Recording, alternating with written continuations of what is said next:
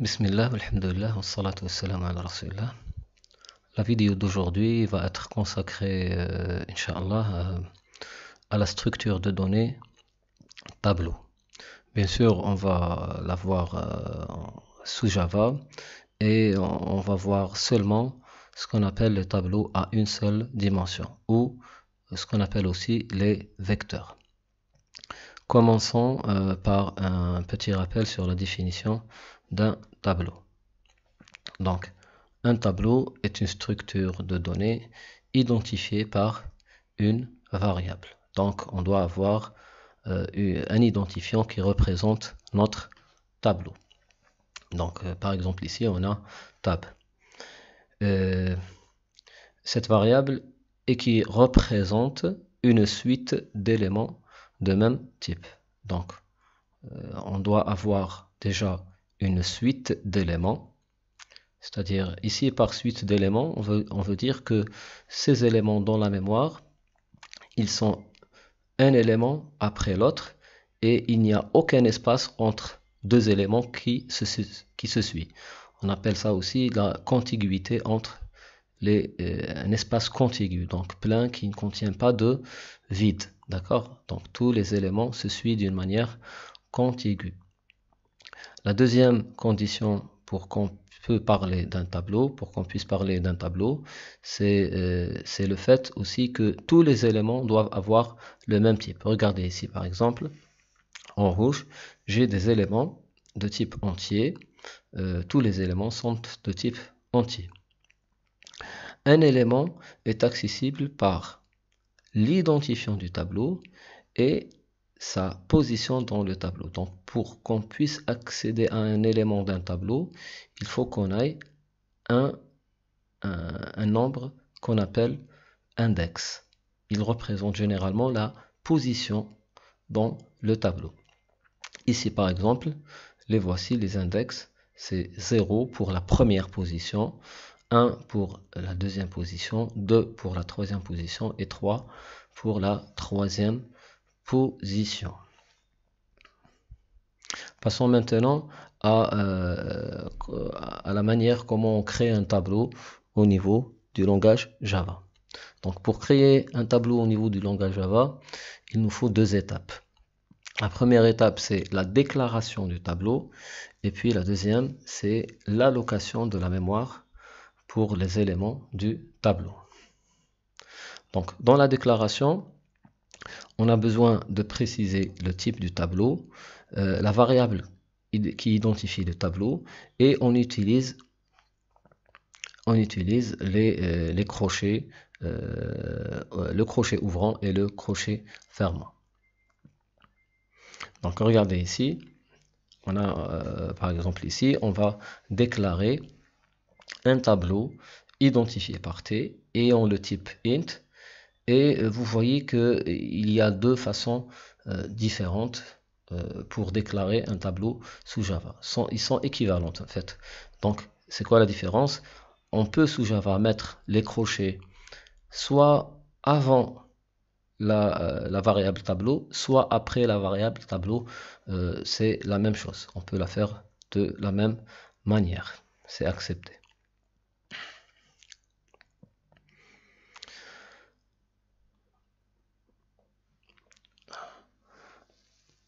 La différence ici par rapport au langage C, c'est que dans le cas du langage Java, lors de la déclaration, on ne peut pas définir, on n'a pas le droit de définir le nombre d'éléments du tableau.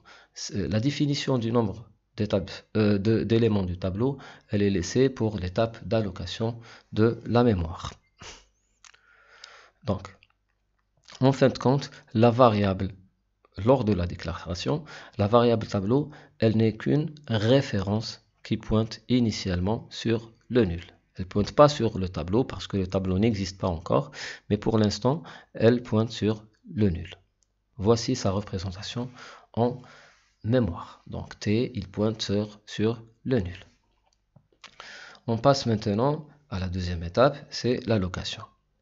Donc pour allouer l'espace mémoire sous Java, on va utiliser l'opérateur new. Et ça, cela n'existe pas dans le langage C. Donc, l'opérateur new, il va permettre l'allocation de l'espace mémoire. Pour cela, qu'est-ce qu'on doit lui préciser? On doit lui préciser le type de données qu'on veut allouer pour notre tableau et le nombre d'éléments. Regardez ici. Ici, on voit que dans la première ligne, on déclare notre tableau. Dans la deuxième ligne, le tableau identifié par T, on va lui affecter le résultat de l'allocation de 5 éléments de type int par l'opérateur new. Bien sûr, les deux syntaxes sont équivalentes. Ici, dans la deuxième, on a fait la déclaration et l'allocation dans une seule ligne. D'accord? Donc, on a alloué 5 éléments de type int et l'adresse mémoire est retournée dans la référence T. On aura donc 5 éléments alloués. Et pour l'instant, on n'a pas mis de valeur. Pourquoi? Parce qu'on ne sait pas exactement de quelle valeur il s'agit lorsque on alloue avec l'opérateur new. Donc, une autre remarque, l'adresse du premier élément du tableau est affectée à la variable du tableau. Donc, T, en fin de compte, c'est vrai que T, elle va recevoir une adresse mémoire, mais de quelle adresse mémoire il s'agit? En fait, il s'agit de l'adresse du premier élément du tableau qu'on vient d'allouer avec l'opérateur new. Pour cette raison, dans la mémoire, T, il va pointer sur le premier élément. Le new, il va jouer aussi un autre rôle, c'est le rôle d'initialisation des éléments par une valeur par défaut. Donc, cette valeur par défaut, elle va dépendre du type du tableau. S'il s'agit d'un type numérique, donc si notre tableau c'est un tableau de nombres, que ce soit int ou double ou tout autre type numérique, même les chars, même le type char, donc nos éléments vont être initialisés par la valeur par défaut qui est 0. Si notre tableau est un tableau de booléen, il va être initialisé par false. Si notre tableau est un tableau d'objet ou un tableau de tableau, dans ce cas-là, il va être initialisé par nul. Donc, dans cette vidéo, on va voir un peu plus tard les tableaux d'objets. Mais les tableaux de tableaux, c'est quoi les tableaux de tableaux? En fin de compte, un tableau de tableau, c'est un tableau à plusieurs dimensions. Au moins, on parle de tableau à 2 dimensions. Bien sûr, notre vidéo, elle est consacrée, comme je l'ai dit dans le début, au tableau d'une seule dimension. Et on ne va pas voir les tableaux à plusieurs dimensions. Donc, dans notre cas, le tableau T, tous les éléments du tableau T vont être initialisés par la valeur 0 parce qu'il s'agit d'un tableau d'entier. Donc, la valeur par défaut, c'est des 0 partout. Passons maintenant à l'initialisation plutôt d'un tableau. Donc, on peut initialiser un tableau de 2 manières, soit en initialisant élément par élément notre tableau, en utilisant l'opérateur d'indexation, les 2 crochets, soit en initialisant plusieurs éléments à la fois, en utilisant une liste de valeurs entre les accolades.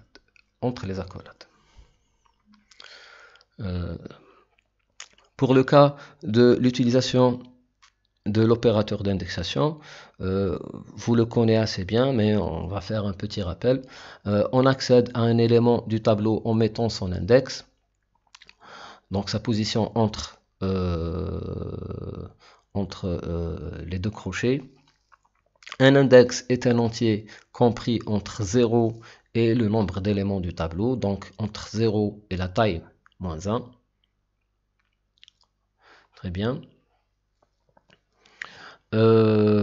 Pour la liste de valeurs entre accolades, il faut juste faire la déclaration de la variable avant l'allocation de la mémoire, donc sans utilisation de l'opérateur new. Qu'est-ce qu'on va faire? On va affecter une liste de valeurs séparées par des virgules qui est mis entre les accolades. Donc, les valeurs qui sont mises entre les accolades et qui sont séparées par des virgules, on va les affecter directement à notre variable sans rajouter, sans utiliser le new ou quoi que ce soit.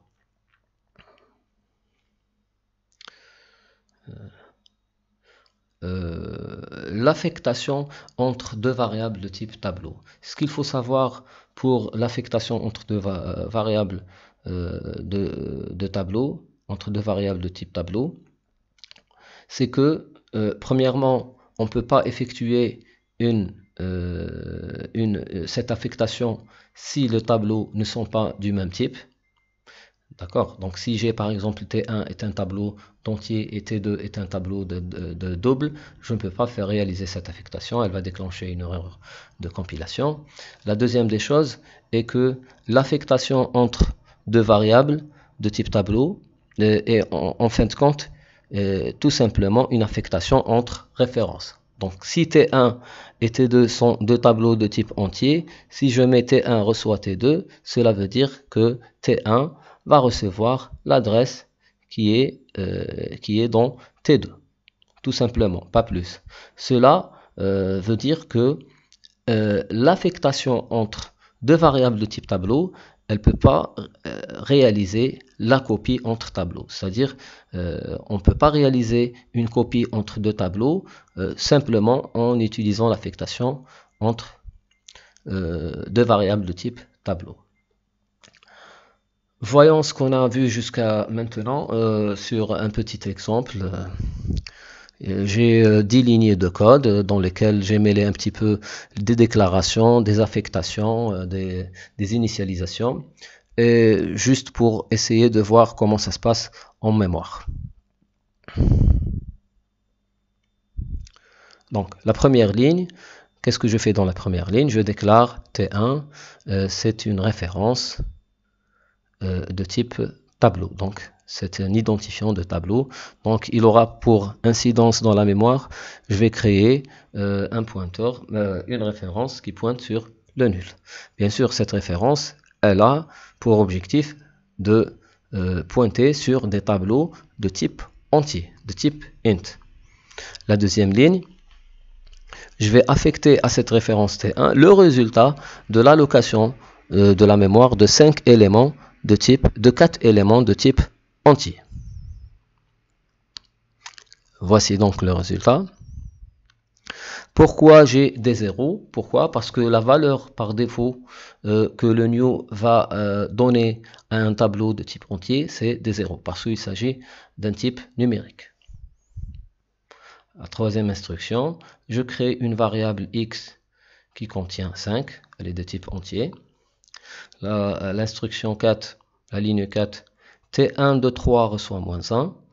Donc, l'élément ayant l'index 3 dans mon tableau T1, il va prendre la valeur moins 1. Très bien. Et puis, dans la ligne 5, l'élément ayant l'index 5 et ayant l'index x qui est égal à 5, va prendre la valeur 2. Le problème ici est que notre tableau, sa taille est 4. Donc, x5, c'est-à-dire l'index 5, n'existe pas dans le tableau. Cela va induire à quoi? Cela va occasionner une exception dans le programme. Donc, c'est quoi une exception? Une exception, c'est une erreur qui est déclenchée lors de l'exécution du programme. C'est-à-dire, Java, il ne va pas pouvoir prévoir, il ne peut pas prévoir cette erreur lors de la compilation. Donc, il n'y a aucune erreur de compilation. Le problème, c'est que lors de l'exécution, il va se retrouver devant une situation inattendue. On appelle ça une exception. Et les exceptions, qu'est-ce qu'ils font? Ils occasionnent l'arrêt du programme.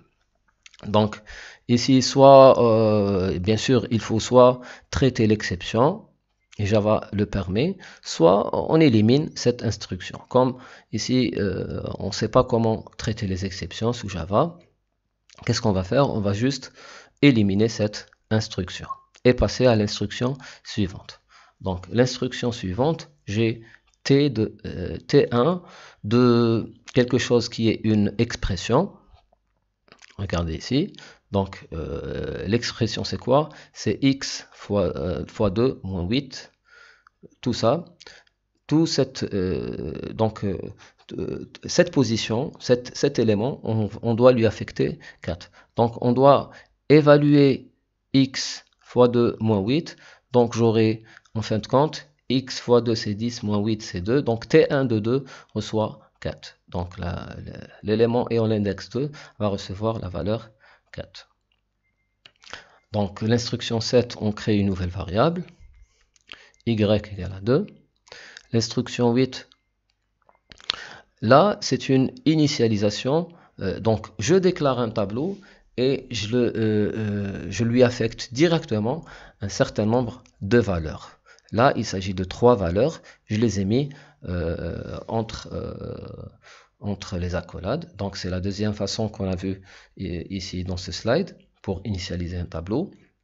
Donc, je déclare T2. Regardez, donc les valeurs, le fait de mettre plusieurs valeurs entre accolades, le nombre de valeurs, on va allouer exactement le nombre de valeurs qui existent entre accolades et on va mettre les valeurs une par une.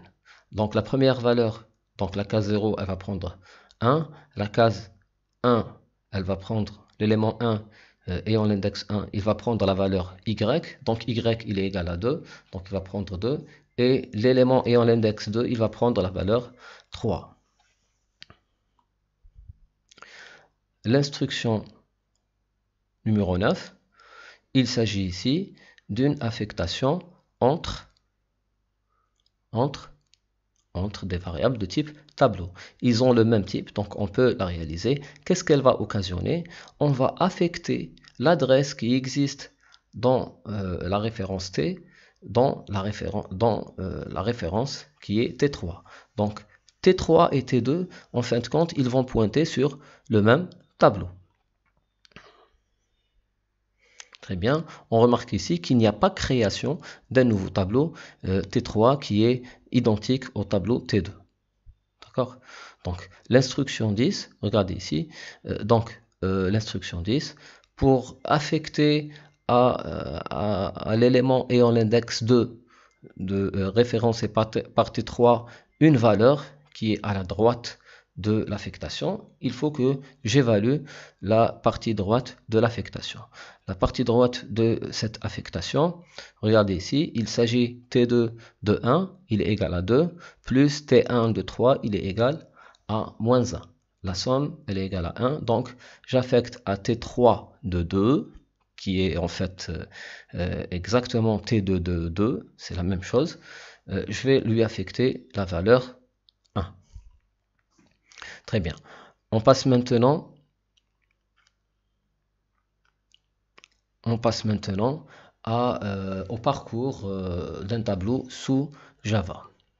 Le parcours des tableaux sous Java, il se réalise de la même manière que dans le langage C. Donc, on peut utiliser les boucles habituelles. Donc, on peut utiliser le for, le while et le do while, comme on a l'habitude de le faire. Sauf que il y a une nouveauté dans le langage Java par rapport au langage C, c'est la propriété length. La propriété length, elle donne le nombre d'éléments d'un tableau. Donc, on peut utiliser cette propriété pour savoir la taille d'un tableau, si ce tableau, par exemple, est passé dans une méthode, ou par exemple que ce tableau il a été créé par le biais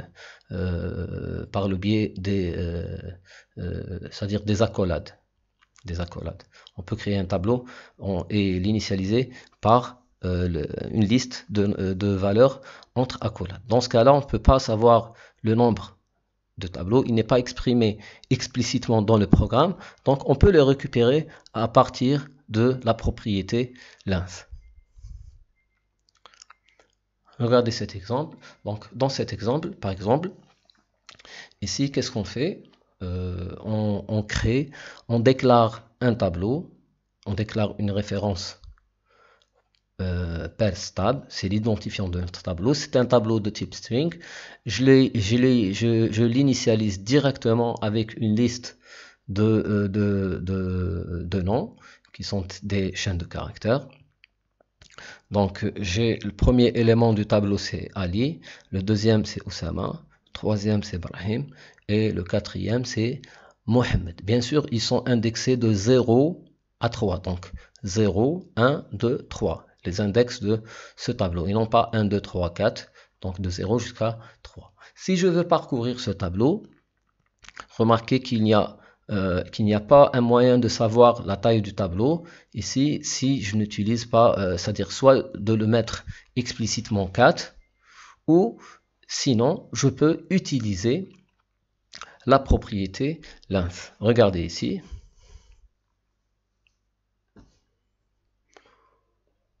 À ce niveau,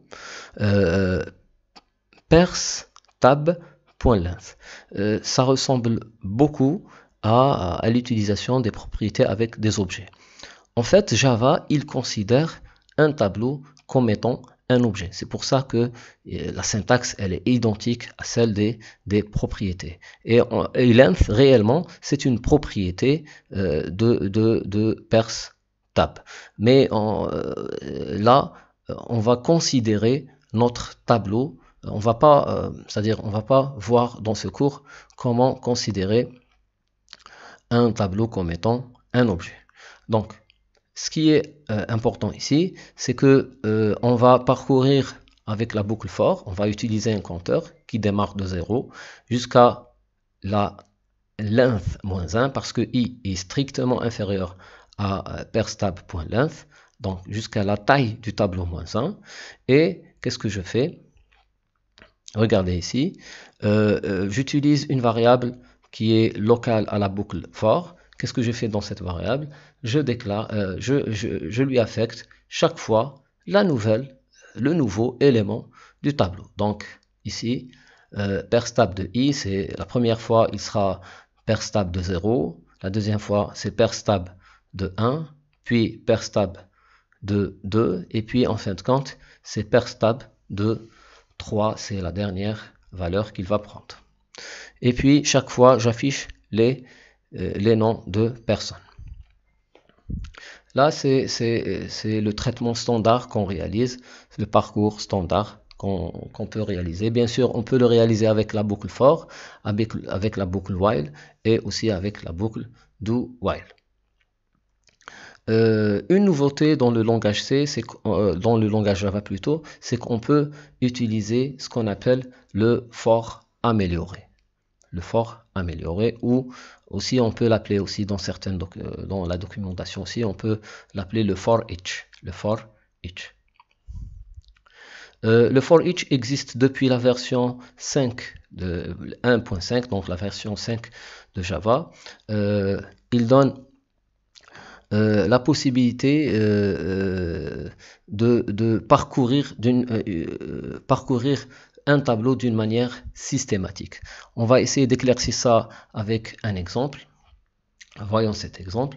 Donc, int, je déclare un tableau d'entier, tab, à lequel je vais initialiser par certain nombre de valeurs d'entiers entre accolades 2, 43, 1, 0 et 3. Maintenant, si je veux parcourir et afficher ces éléments, qu'est-ce que je vais faire? Je vais utiliser ce qu'on appelle le for each ou le for amélioré. Le for amélioré, il consiste à l'utilisation d'une variable. Je déclare une variable, je mets les deux points et je mets le nom, l'identifiant du tableau. Cela veut dire quoi? Cela veut dire que je demande je demande à Java d'affecter à cette petite variable, qui doit être du même type des éléments du tableau. Bien sûr, ici, les types sont des entiers, donc là, je dois utiliser int. Si le type du tableau était par exemple booléen, je dois utiliser ici un booléen. Je dois utiliser ici un booléen. Donc, notre type ici, c'est un entier. Donc, je déclare E comme étant un entier. Donc, dans ce cas-là, cela veut dire quoi? Cela veut dire que dans chaque itération, E va prendre une nouvelle valeur du tableau tab. Et bien sûr, dans cette variable, à l'intérieur de la boucle, je peux faire avec cette variable le traitement que je veux réaliser. Donc, on peut lire le for each comme ça pour chaque élément du tableau qui appartient à tab, faire, et je fais le traitement qui est dans la boucle. À l'exécution de ce code, j'aurai l'affichage de tous les éléments du tableau.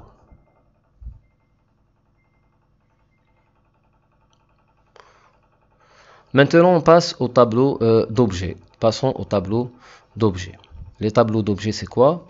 C'est des tableaux, au même titre que je peux avoir des tableaux de type primitif, je peux avoir des tableaux dans lesquels j'ai des objets. Je manipule des objets. Donc, la première des choses qu'il faut savoir est que le type d'un tableau d'objet est toujours une classe. Un tableau d'objet est en fin de compte un tableau de référence. Donc, les objets, ils ne vont pas exister dans chaque case. Je vais retrouver l'objet lui-même. Donc, je vais retrouver juste une référence qui va pointer sur le tableau. Et ça, c'est la clé pour comprendre la manipulation de tableau d'objets.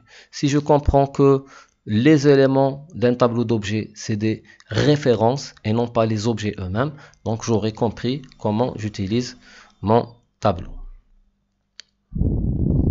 Chaque élément du tableau est une référence qui pointe sur un objet. Voici un schéma un peu généraliste qui explique de quoi il s'agit. Donc, j'ai mon tableau, tab obj. Là, j'ai 5 objets, bien sûr de 0 jusqu'à 4, indexés de 0 jusqu'à 4. Et je vois clairement que mon tableau, en fin de compte, il s'agit d'un tableau de référence, un tableau d'adresse. Chaque référence, elle va pointer sur un objet. Si l'objet n'existe pas, bien sûr, elle va pointer sur le nul. Essayons de comprendre la manipulation de tableau d'objets à travers le code qui est ici. Donc, voyons ce code. Donc, j'ai deux classes dans ce code. La classe point dont on a l'habitude d'utiliser. Donc, je déclare x, y, ils sont c'est les propriétés. Un constructeur avec deux paramètres de type double. La méthode affichée dont on a l'habitude d'utiliser. Et puis une autre méthode ici, c'est la méthode distance. La méthode distance que je déclare ici dans la ligne 9, c'est une méthode qui va permettre de calculer la distance entre deux points. Lesquels le premier point, c'est le point qu'on voit ici en paramètre, donc P, et le deuxième point, c'est le point qui va appeler cette méthode. N'oublions pas que distance ici, elle est déclarée comme une méthode d'instance. Donc, elle doit être appelée par un objet. Donc, c'est une méthode d'instance. Donc, un objet, c'est un objet qui va appeler cette méthode. Donc, un objet de type quoi? De type point. Donc, en fin de compte, j'aurai deux points à manipuler dans la méthode distance. Le this, qui est l'objet qui appelle la méthode, et le p, qui est passé en paramètre. Donc, cette formule, la racine de toute cette formule, elle va permettre le calcul de la distance entre deux points. Remarquons ici aussi que les trois lignes qui sont là, les 3 lignes qui sont là. Donc la première ligne, elle permet de créer un tableau de points, un tableau de points de taille 3. Et là, remarquons ici aussi que le new dans l'instruction 23, dans la ligne 23, le new, il permet de créer un objet, donc il est utilisé avec un constructeur, donc le constructeur, et dans la ligne 23, il est utilisé avec le type de tableau et puis la taille du tableau. Revenons à ces 3 instructions. Donc la première instruction, elle permet de créer le tableau et il a les valeurs par défaut, donc il pointe sur le nul. La deuxième instruction, elle affecte à la case 0 un objet qu'on crée sur place. Et puis la ligne 26, elle permet donc d'affecter à la case 2 du tableau la référence P qui est un objet qui a été créé juste un petit peu en avant. Et puis il est clair que tab.de1 il n'a pas été affecté, donc il va être laissé par défaut, donc il va être laissé avec la valeur nulle. Donc ces 3 lignes ils sont équivalentes à la ligne de code qui est là en violet. Très bien. Maintenant, on va essayer d'exécuter ce code. Donc, voyons ce qui se passe en mémoire et appelons l'exécution Java. Donc, j'ai nommé ce fichier tab.java. Donc, je l'ai compilé et maintenant, je l'appelle. Donc, la première instruction qui est exécutée, c'est l'appel à la création d'un objet de type point avec la référence P.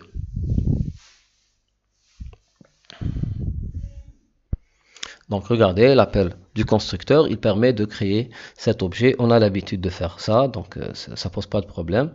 Donc la ligne suivante, elle permet de créer, de déclarer un tableau et puis de lui affecter directement, dans la même ligne, le résultat de la création de 3 cases d'un tableau de type point avec l'opérateur new. Et j'aurai en mémoire la représentation suivante. Donc les 3 cases, ils sont à nul. C'est les valeurs par défaut lorsque on crée un tableau de type objet. La ligne suivante, dans cette ligne, j'affecte à la case 0 de mon tableau, qui est qu'on vient de dire qu'il s'agit d'un tableau de référence, je lui affecte le résultat de la création d'un objet. Donc je vais faire appel au constructeur. Donc 3 et moins 1 vont remplacer x, y des paramètres du constructeur et j'aurai le résultat en mémoire. Regardez ici. Le voici l'objet que je viens de créer et je l'ai affecté à tab.de0. Tab.de2, je vais lui affecter P. Donc on remarque que P est une référence de type point et tab.de2 est une référence de type point. Donc l'affectation est possible et j'aurai cette représentation en mémoire. Donc tab.de2, il pointe sur le même objet que celui de P. Très bien. Donc on peut utiliser les méthodes de la même manière comme s'il s'agit d'une référence simple et non pas d'une référence qui existe dans un tableau. C'est exactement la même chose. C'est pour cette raison que l'appel de tab.de0 affiché, il va permettre d'appeler la méthode affichée avec l'objet tab.de0. Donc on va avoir le résultat qui est affiché comme ça. Donc 3.0 virgule moins 1.0. Même chose pour l'instruction 28, mais cette fois-ci pour l'objet qui est pointé par la référence tab.de2. Donc appel de la méthode affichée et exécution. L'affichage, très bien. Maintenant, on déclare une variable D de type double et on fait appel à la méthode distance. Bien sûr, on a dit que distance est une méthode d'instance. Donc, l'objet, on va l'utiliser avec un objet. Je veux calculer la distance entre l'objet qui est là, pointé par tab de 0, tab point de 0, et l'objet qui est là, qui est pointé par tab de 2. Donc, qu'est-ce que je fais? J'appelle la méthode avec tab point de 0. Tab point de 0, c'est l'objet sur lequel on va appliquer la méthode distance. Et on passe en paramètre tab point de 2. Donc cet appel, qu'est-ce qu'il va faire? Le ves qui est à l'intérieur de distance, il va être remplacé par tab point de 0 et le P qui est là, il va être remplacé par tab point de 2. Bien sûr, ici, regardez ici, return, tout ça, toutes les 1, 2, 3, 4. Donc ces 4 lignes, en fait, ce ne sont qu'une seule instruction, c'est-à-dire une seule ligne. Hein. Juste ici, parce que l'espace ne me suffit pas pour écrire la ligne dans une seule, l'instruction en une seule ligne, je l'ai divisé sur 4 lignes. D'accord? Mais en fait, regardez le point virgule, il est là. Donc, tout ça, l'instruction, elle commence ici, elle se termine là. Donc après appel de ce constructeur, de cette méthode, de la méthode distance, le D, il va recevoir le résultat en mémoire. Donc, je crée ici la variable D qui va recevoir la valeur 5, qui est la distance, en fait, entre ces deux objets. D'accord. Et puis la dernière instruction, c'est juste un println de la variable D. Donc, on va imprimer la distance qui est égale à 5. Ça serait sur cela, la vidéo se termine et je vous invite à poser des questions sur ce cours. Si je préfère bien sûr que les questions soient posées au niveau des commentaires pour faire bénéficier tout le monde, mais dans tous les cas, vous pouvez aussi poser vos questions au niveau du mail. Merci, salam alaikum.